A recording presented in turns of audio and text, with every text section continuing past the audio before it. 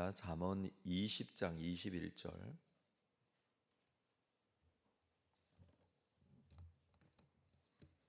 잠언 20장 21절부터 30절까지 말씀을 한 절씩 교독하겠습니다.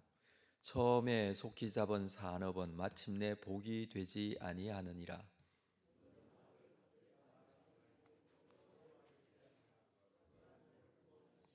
한결같지 않은 저울추는 여호와께서 미워하시는 것이요 속이는 저울은 좋지 못한 것이니라.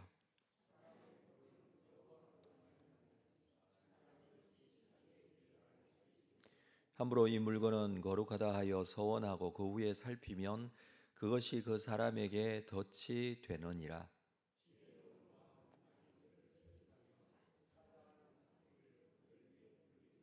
사람의 영혼은 여호와의 등불이라 사람의 깊은 속을 살피느니라.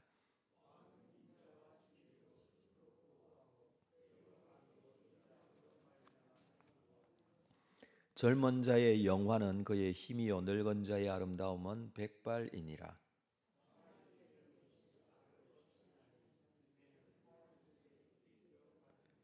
아멘. 우리가 일상을 살아갈 때에 일상 속에서도 하나님께서 우리의 삶을 인도해 주실 것에 대한 믿음이 있어야 합니다. 그 믿음을 가지고 살기 위해서 하나님께서 주시는 말씀, 특별히 이 잠언의 말씀은 사소한 우리의 일상 속에서도 우리의 삶을 인도해 주시는 하나님의 말씀이 될 것입니다. 우리는 하나님의 뜻에 순종할 수 있는 삶을 하나님께서 원하십니다. 그래서 이 구절구절마다 주어진 잠언의 말씀을 통해서 우리가 살아가야 할 삶의 지혜를 얻게 됩니다. 21절 말씀은 처음에 속히 잡은 산업은 마침내 복이 되지 않는다. 처음이라는 이 단어는 어떤 순서보다는 시기를 의미합니다. 시기, 그러니까 너무 일찍이라는 의미입니다. 산업이라는 나할라라는 히브리어 단어는 유산 또는 재산을 말합니다. 그러니까 부모로부터 너무 일찍 재산을 상속받는다라는 그런 의미이죠. 부모로부터 일찍 유산을 받으면 좋아 보일 수도 있습니다. 왜냐하면 어차피 나누어 줄 상속이고 그것을 또 젊은 자녀가 그 상속을 미리 받으면 자기의 삶에 굉장히 유익하고 또 필요한 부분들도 있기 때문이겠죠. 그렇지만 그것은 결코 복이 되지 않는다라고 합니다. 그래서 이 구절이 어제 우리가 살펴본 20절의 말씀, 일찍 유산을 받은 이 사람을 부모를 저주하는 자와 같은 자로 보기도 합니다. 일찍 유산을 상속받는 일이 마침내 복이 되지 않는다. 시간이 지나면 자식에게 일찍 유산을 물려준 것이 결코 지혜롭지 못하다라는 것이죠. 일찍 유산을 탕진할 수도 있고 또 유산을 물려준 부모가 곤란해질 수도 있습니다. 누가복음 15장의 예수님의 비유 중에 돌아온 탕자 이야기, 일찍 유산을 받은 그 아들이 그 유산을 모두 탕진해버리는 그런 이야기입니다. 자, 이런 경우를 보면 일찍이 유산을 받아간 자녀에게 절대 복이 되지 않는다라는 것을 우리가 생각할 수 있죠. 요즘도 유산을 받으면 부모를 잘 섬기겠다, 그렇게 하고 유산을 일찍 받아간 자녀가 있는 경우가 있습니다. 후에 나중에 부모를 모른 채 하여서 유산 반환 소송을 제기하는 그런 경우들도 종종 있습니다. 받을 때는 좋아 보이지만 나중에 가서 그것이 유익하지 않을 수도 있다라는 것을 말해주는 부분입니다. 22절에서는 너는 악을 갚겠다 하지 말고 여호와를 기다리라. 그가 너를 구원하시리라. 어떤 악한 일들이 우리가 당하게 되는 경우를 말하죠. 어떤 사람으로 인해서 우리에게 악을 누가 행하면 그 악을 직접 갚지 말라라는 것입니다. 갚는다라는 것은 되돌려 준다. 다시 말해서 보복한다라는 의미가 있습니다. 대신 여호와를 기다리라. 소망을 가지고 바라본다라는 것이 기다리는 것인데, 우리가 이런 경우가 많이 있죠. 어떤 악한 일들을 당하게 되거나 또 해를 당하게 되거나 어떤 사람으로 인해서 힘든 일을 겪게 되면 그 사람에게 보복하고 싶은 마음이 사람의 기본적인 마음이 아닐까라고 생각이 됩니다. 그렇지만 심판자는 하나님이시다라는 그 생각을 꼭 기억하고 하나님을 기다리라라고 합니다. 하나님만이 보복할 수 있기 때문입니다. 이것은 그냥 부당한 일을 당해도 무조건 잠잠하라, 그런 평화주의자를 지향하는 것이 아닙니다. 오히려 악을 선으로 갚으시는 여호와 하나님께 모든 것을 맡기고 기다리라라는 그런 의미입니다. 하나님께서 이 부분은 하나님께서 갚으시고 또 하나님께서 해결하신다라는 것입니다. 우리가 스스로 나서서 보복하는 것은 하나님의 심판이 우리에게 임하는 그런 결과를 가져올 수도 있습니다. 모든 것을 주께 맡기면 여호와께서 너를 구원하실 것이다. 여기서 구원하다라는 것은 어떤 보복의 차원을 넘어서 처한 어려움과 공경에서 건져주실 것이다 라는 것입니다. 그러니까 그렇게 어려움을 당하게 된 그 일들을 하나님께서 해결해 주신다라는 것이죠. 사람이 살다가 보면 당하게 되는 여러 가지 일들 속에 참 오해가 있을 수도 있고 잘못 판단하거나 생각한 경우도 의외로 굉장히 많습니다. 그렇기 때문에 사람이 하게 되는 보복이나 사람이 직접 행하면서 갚게 되는 그런 일들이 더 잘못된 결과로 나타날 수도 있습니다. 그렇기 때문에 이 부분은 하나님께서 분명히 너를 구원하실 것이다 라는 부분에 대한 확신과 믿음을 가지고 하나님을 기다릴 줄 알아야 한다라고 해주고 있습니다. 23절에 한결같지 않은 저울추는 여호와께서 미워하시는 것이요 속이는 저울은 좋지 못한 것이다. 이 상업적 거래는 공정하게 해야 한다는 그런 말씀이죠. 정직해야 된다는 말씀이기도 합니다. 한결같지 않은 저울추 여호와께서 미워하십니다. 삶에 있어서 정확하게 공정하게 하는 것이 있어야 하고 특별히 이 상업적 거래에서는 더욱더 그러하다라는 것입니다.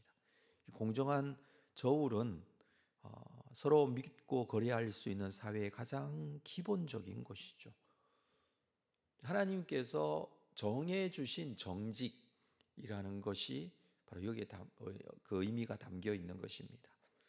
우리가 어떤 물건을 살 때 요즘에는 거의 포장이 돼서 포장된 물건을 사기 때문에 그 포장지에 항상 무게가 적혀 있습니다.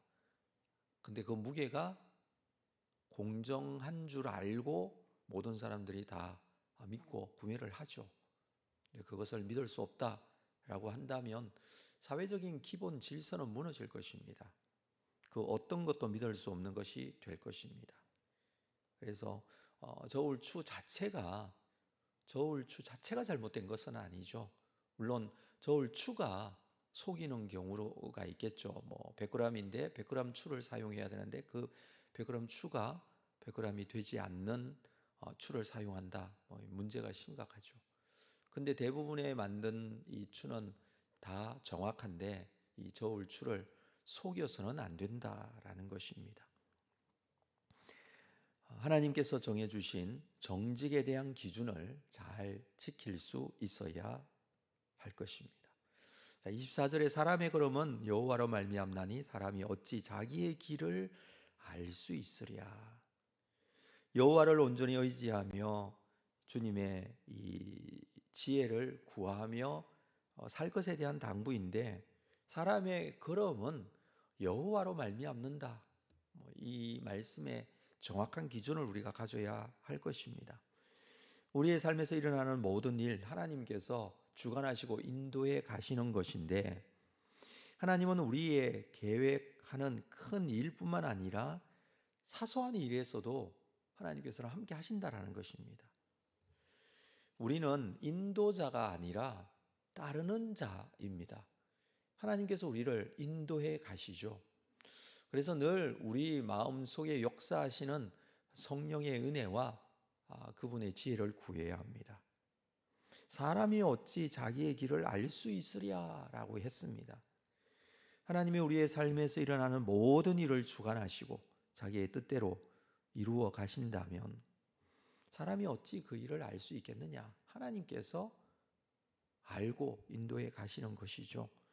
그래서 오직 여호와 하나님만이 우리가 가는 길을 아시고, 우리는 하나님께 묻고 또 하나님을 의지하고 또 그분을 신뢰하고 그분을 따를 수 있는 것이 진정한 지혜가 된다라는 것입니다. 오늘 우리의 삶 속에서도 하나님께서 인도해 가실 것입니다. 하나님께 맡겨드리는 것이 우리에게 진정한 지혜의 삶이 될 수 있다라는 것을 말해줍니다. 자, 25절에 함부로 이 물건을 거룩하다 하여 서원하고 그 후에 살피면 그것이 사람에게 덫이 되느니라. 자, 이 부분도 하나님께 맡겨야 되는데, 함부로 이 물건은 거룩하다 서원하는 사람이 있다는 것입니다. 함부로는 깊이 생각하지 않고 그렇게 하는 것이죠. 사람이 어떤 물건을 거룩하다 서원하면은 그 순간부터 그 물건은 거룩하게 되어 하나님의 것이 되고 성전에 들여 놓아야 합니다. 그런데 서원해 놓고 그 후에 살피면 그것이 그 사람에게 덫이 된다. 살피면이라는 것은 다시 생각하는 것입니다. 깊이 생각하지 않고 충동적으로 소원하는 그런 경우를 말하는 것이죠. 다시 생각해 보면 소원했던 것이 너무 아까운 겁니다. 이런 경우 그 소원은 그 사람에게 덫이 되고 시험거리가 될 수도 있습니다. 마음이 행복해지고자, 마음이 자유롭게 되고자 그렇게 소원을 했는데 오히려 그를 구속하는 올무가 되기도 합니다. 그런 경우에는 하나님 앞에 오히려 소원하지 않았으면 더 좋았을 뻔했다, 이렇게 후회를 하게 되기도 하죠. 입다 같은 경우에 이런 섣부른 소원을 했었죠. 딸을 번제물로 바치게 되었습니다. 어떤 일이든 심지어 소원하는 이 좋은 일이라도 충동적으로 하지 말고 심사숙고하고 성령의 인도하심을 받고 그렇게 해야 한다. 그래야 후회하거나 실족하는 일이 없을 것입니다. 자, 26절에 지혜로운 왕은 악인들을 키질하며 타작하는 바퀴를 그들 위에 굴리느니라. 왕에 대한 이야기를 합니다. 왕은 악을 배척해야 된다라는 그런 말이죠. 악을 배척해야 다스리는 나라가 견고해질 수 있습니다. 이 지혜로운 왕은 악인을 키질한다. 키질은 곡식에서 쭉정이를 가려내려고 까부른다라는 그런 의미이죠. 키로 가지고 그렇게 키질을 합니다. 악인들을 무리해서 구별해내는 행위를 말하는데, 그렇게 하는 왕은 지혜롭습니다. 이것은 하나님께서 왕에게 주신 소명에 성실하게 임하는 것이고, 자기가 다스리는 나라에 악인을 배척하고 공의와 정의가 실현되는 나라를 만들어가는 아주 중요한 일입니다. 왕은 타작하는 바퀴를 그들 위에 굴린다. 그것은 악인에게 혹독한 벌을 내린다, 그런 의미입니다. 지혜로운 왕은 악을 응징하고 악을 배척하고 나라를 공의롭게 세운다라는 그런 의미이죠. 그렇게 하는 왕이 지혜롭다라고 말해주고 있습니다. 또 27절 말씀, 사람의 영혼은 여호와의 등불이라 사람의 깊은 속을 살피느니라. 여호와께서 사람의 영혼을 통해서 그 내면을 살피신다. 하나님께서 살피시지 못하는 부분은 없습니다. 모든 내면, 까지 살피시는 분이신데 하나님께서는 그 영혼을 통해서, 그래서 영혼은 여호와의 등불이라 라고 해주고 있습니다. 하나님은 사람의 영혼을 통해서 내면의 깊은 속을 살피시는데, 깊은 속이라는 이 단어가 중심에 있는 모든 어두운 방이라는 의미입니다. 그래서 하나님은 사람의 마음속 가장 어두운 방에 숨겨져 있는 것도 감찰하시는 분이십니다. 이것을 기억해라, 그 뜻이죠. 하나님께서는 마음속 깊은 곳까지도 영적인 부분으로 살피시고 아신다라는 그런 의미입니다. 마음속 깊은 곳, 숨겨둔 곳, 그 누구에게도 꺼내지 못하고 말하지 않은 곳, 혹은 우리가 무의식 속에 깊이 잠재되어 있는 것도 하나님께서는 살피십니다. 내 속에 있는 것인데 그것이 무의식이 될 수도 있어요. 그래서 의식 속에 의식이라는 것에 드러나 있지 않기 때문에 우리는 혹은 잘 모를 수도 있거나 기억하지 못할 수도 있습니다. 그렇지만 하나님은 그 부분까지도 감찰하시고 아시는 분이세요. 그래서 우리 스스로도, 우리 자신 스스로도 하나님께 내어 맡길 수 있어야 돼요. 내가 알지 못하는 나도 하나님께 맡겨서 솔직하게 하나님 앞에 내어 드릴 수 있어야 됩니다. 하나님께서는 우리의 내면도 아실 뿐만 아니라 내면도 고치시는 분이시고 회복하시는 분이십니다. 그것에 대한 확실한 믿음을 가지고 나의 깊은 속까지도 주님 앞에 맡겨드릴 수 있는 그런 지혜가 필요합니다. 28절 말씀을 볼까요? 왕은 인자와 진리로 스스로 보호하고 그의 왕위도 인자함으로 말미암아 경고하느니라. 왕은 인자와 자비로 스스로 보호하라. 이것으로 다스려야 하는데 그것은 스스로 보호하는 것이 됩니다. 인자는 백성에게 베푸는 자비와 긍휼을 말하고, 또 진리는 신뢰하고 의지할 만한 성실함을 말합니다. 이것이 왕의 덕목이다라고 그렇게 가르쳐주고 있죠. 자, 29절에 젊은 자의 영화는 그의 힘이요 늙은 자의 아름다움은 백발이다. 세대마다 자랑거리가 서로 다르다, 그런 의미인데, 젊은 자의 영화, 그것은 그의 힘. 젊은 사람은 자랑할 만한 것이 강한 힘이죠. 젊은 사람은 자기의 힘을 믿고 어리석은 짓도 잘 하기도 합니다. 젊음은 젊은 사람에게 주기 아깝다라는 그런 말이 있기도 해요. 젊은 사람들은 힘을 지녔지만 삶의 연륜과 지혜는 다소 부족합니다. 반면에 늙은 자의 아름다움은 백발이다. 이 백발이라는 의미는 어떤 오랜 세월을 살며 터득한 지혜, 연륜 이런 것들을 의미합니다.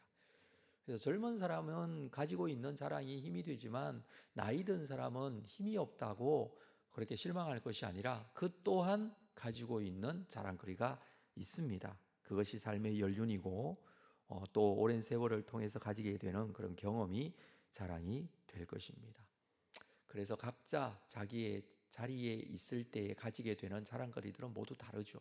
그 세대마다 다른데 자기가 지닌 그 자랑거리를 진정으로 잘 알아야 할 것입니다. 자, 30절에 상하게 때리는 것이 악을 없이 하나니 매는 사람 속에 깊이 들어가느니라. 자, 이 부분은 훈계를 잘하라는 것입니다.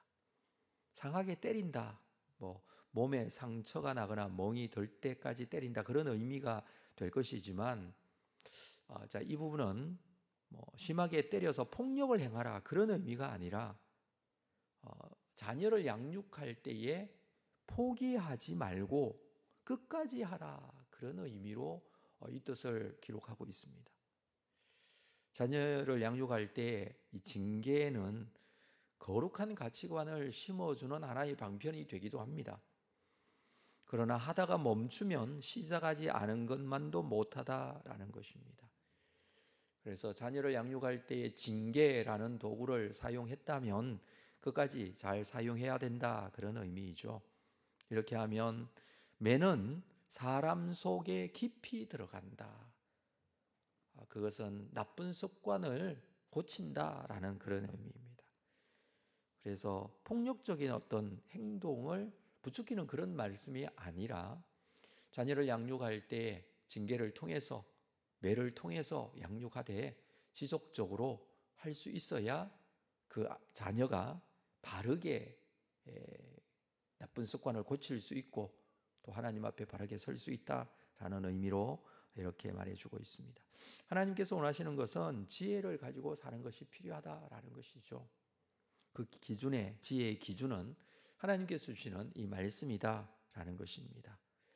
오늘도 지혜롭게 주님께서 주시는 말씀인 줄 알고 우리의 삶의 구체적인 사소한 행동까지도 하나님께서 나의 삶을 인도해 가심에 대한 확신과 믿음을 가지고 말씀에 순종하고 주의 뜻을 이루어가는 여러분들 다 될 수 있기를 주의 이름으로 축복합니다.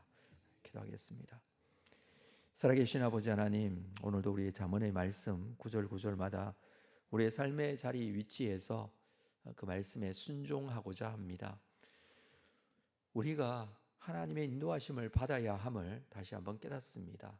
우리의 삶의 구체적인 부분까지도 하나님께서는 인도해 주시고 함께 하실 줄로 믿습니다. 우리가 할 일은 판단하고 생각하고 내가 결정하고 내가 보복하고 내가 행하는 것보다 하나님께서 행하실 줄 알고 우리는 하나님을 따르고 또 그 말씀에 순종하고 살아가는 것이라 우리가 오늘도 말씀을 적용합니다. 우리의 마음속에 오셔서 우리의 마음을 주장하여 주시옵소서. 주의 성령의 인도하심을 받게 하여 주시옵소서. 오늘도 우리의 마음을 내려놓고 살아계신 아버지 하나님께서 원하시는 뜻대로 따라갈 때에 하나님께서 우리의 삶을 온전하게 인도해 가실 줄로 믿고 주님을 따르는 귀한 하루가 되게 하여 주시옵소서. 예수님의 이름으로 기도합니다. 아멘.